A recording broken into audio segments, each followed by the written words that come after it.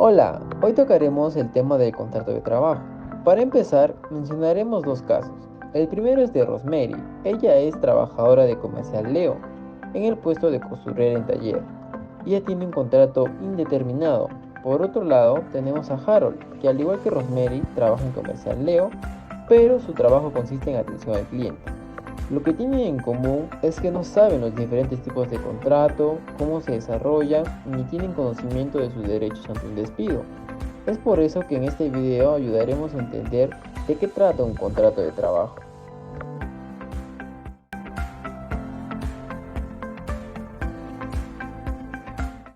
Elementos esenciales de la Ley 728.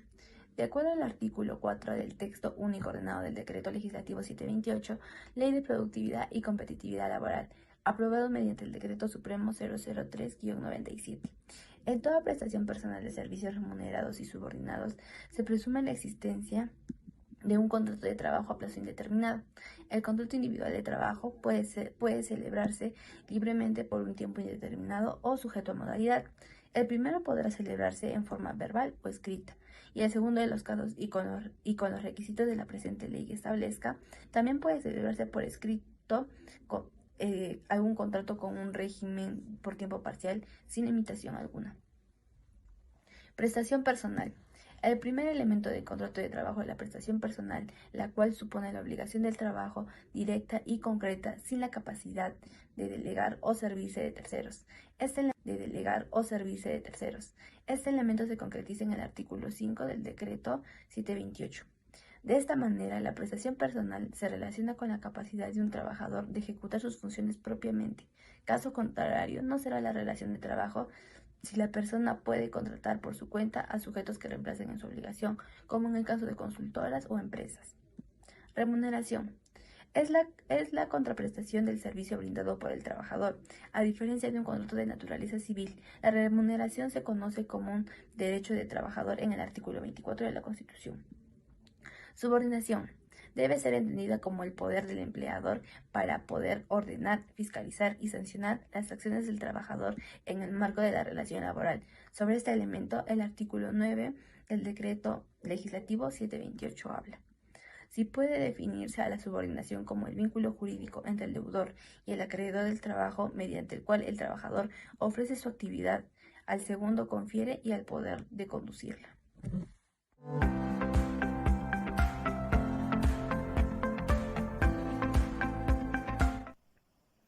Asimismo, hablaremos sobre los tipos de contrato, indeterminado o indefinido, en donde menciona que estos contratos necesariamente tienen un determinado inicio, más no una determinada culminación.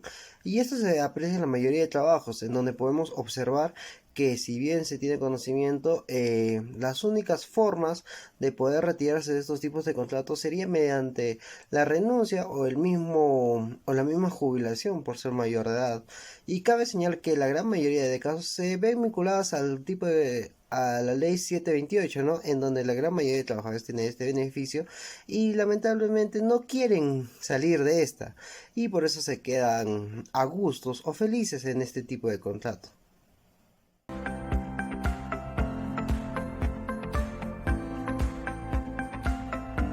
Contratos de trabajo sujetos a modalidad.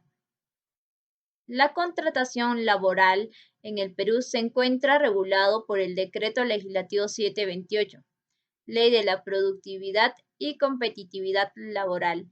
La finalidad de las modalidades para la contratación es poder delimitar el tiempo del contrato de trabajo. Siendo así, se plantea tres clases de contratos de trabajo sujetos a modalidad: de naturaleza temporal, de naturaleza accidental, para obra o servicio específico. De naturaleza temporal. El contrato se origina por el inicio o incremento de actividad. La empresa dedicada a elaborar calzado para damas ahora realizará calzado para hombres. Es notorio que esta nueva actividad requiera personal con experiencia en elaboración de calzados para hombre. Estos contratos no pueden extenderse más de 3 años. Asimismo, está regulado por el artículo 57 del Decreto Legislativo 728. por necesidad de mercado. De acuerdo con el artículo 58 del Decreto Legislativo 728, el contrato surge para atender incrementos coyunturales de la producción originados por variaciones sustanciales de la demanda en el mercado. La empresa Stanford, que tiene un incremento de demanda de cuadernos por el inicio de clases escolares, necesita contratar más personal para la elaboración de cuadernos. Su plazo de vigencia máximo es de 5 años. Por reconvención empresarial. Según el artículo 59 del Decreto Legislativo, consiste en toda variación de carácter tecnológico en las máquinas, equipos, instalaciones, medios de producción, contrato de naturaleza accidental. Contrato ocasional. El artículo 60 del Decreto Legislativo menciona que su duración máxima es de 6 meses al año. La empresa de almacén de electrodomésticos requiere de instalaciones eléctricas. La actividad habitual es el almacenamiento de electrodomésticos, mientras que la necesidad transitoria a cubrir son las instalaciones eléctricas. Contrato de suplencia. Originado con el objeto de sustituir a un trabajador estable de la empresa, cuyo vínculo se encuentre suspendido por una causa justificada. Está regulado en el artículo 61 del Decreto Legislativo, que indica que la vigencia de este contrato solo durará hasta la reincorporación del trabajador suplido. La empresa requiere suplir a la trabajadora con licencia por maternidad. La causa justa es la licencia de maternidad y por tanto el vínculo se encuentra suspendido. Contrato de emergencia. Se origina para cubrir las necesidades promovidas por caso fortuito o fuerza mayor. Su duración solo se extiende por el plazo que dure la emergencia. Contrato de obra o servicio. Contrato por obra determinada o servicio específico.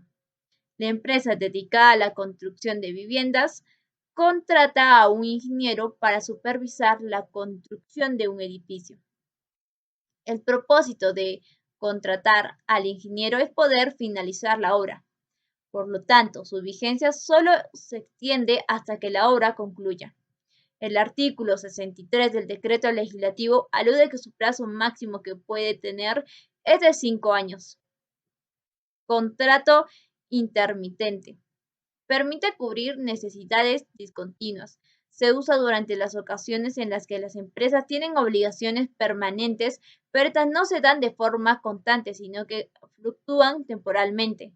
El plazo de vigencia varía de acuerdo con la necesidad. Contrato de temporada. Es aquel celebrado entre un empresario y un trabajador con el objeto de atender necesidades propias del giro de la empresa o establecimiento, que se cumplen solo en determinadas épocas del año y que están sujetas a repetirse en periodos equivalentes en cada ciclo en función a la naturaleza de la actividad productiva. Por ejemplo, la empresa de florería que incrementa venta de rosas en febrero y mayo por el Día de los Enamorados y de la Madre. En síntesis, todos los contratos de trabajo sujetos a modalidad son definidos en la legislación peruana como aquellos contratos que tienen una fecha de inicio y una fecha de culminación.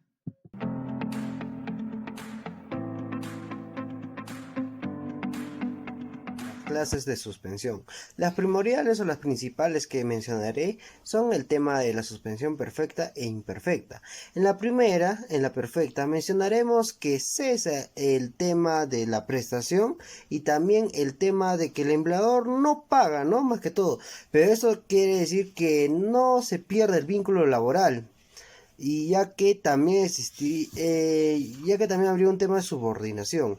Por otro lado, se tiene el tema de la de clase imperfecta, en donde mencionamos que aquí de igual forma el empleador pagaría la remuneración económica, pero el tema de la prestación de servicio del trabajador cesaría en esta ocasión. Como otros casos de suspensión podemos encontrar la invalidez temporal, también la enfermedad o accidente, el cual tiene que ser comprobado por el empleador. La otra también es el permiso de maternidad durante el descanso pre y postnatal. También está el descanso vacacional, el permiso y la licencia para el desempeño del cargo de sindicales. También podemos encontrar la sanción disciplinaria, el ejercicio de derecho a la huelga, que es solo para los trabajadores, la detención del trabajador, también la inhabilitación administrativa o judicial por un periodo no superior a los 3 meses, y por último los casos fortuitos o los de fuerza mayor.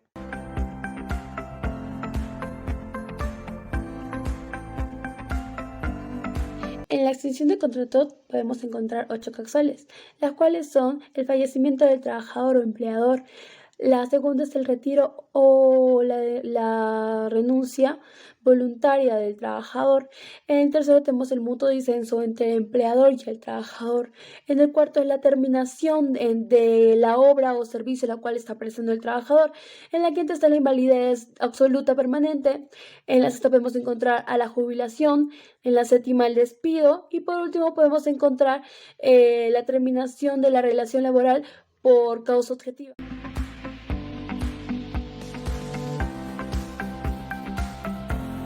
Desde una perspectiva de nuestro marco laboral, podemos encontrar que en el Perú solo existen 4 despidos, el cual es el despido injustificado, que va a ser aquel que se realiza ante un procedimiento justo. Como el tercero tenemos el despido arbitrario. Este puede ser incausado o el empleador está acusando al trabajador de algo que nunca cometió. El despido nulo, que va a ser aquel que se produce teniendo como motivo que el trabajador esté amparada por el derecho. Y como último despido tenemos el fraudulento. Este es cuando el despido se va a realizar mediante engaños, es decir, falsas pruebas.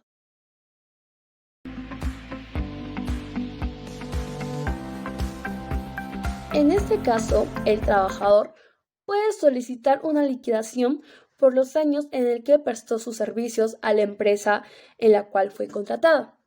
Como otro punto, podemos exigir una indemnización. Esto sobre todo aplica en los casos que se cometieron por despido arbitrario, es decir, que la empresa despidió al trabajador sin haber encontrado una causa objetiva. Y si se concluye que la empresa no tenía las pruebas suficientes ni la motivación para realizar este acto, el trabajador puede solicitar una indemnización y demandar a la empresa.